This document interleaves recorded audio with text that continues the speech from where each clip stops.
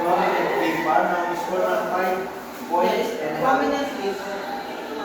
prominent paper. Sabihin mo yun. Prominent paper. Tapos, sir, pakilala po kayo. Sir, despite sa masamang panahon na dumating sa atin, paano nyo naiyan ng website natin? Ito, sir, ang mga blood lines ang mga ginamit natin na ngayon start. Yung mga blood lines na ginamit natin, ang ginamit siya sa Ano po mga blood lines sa mga blood lines na ginamit sa start.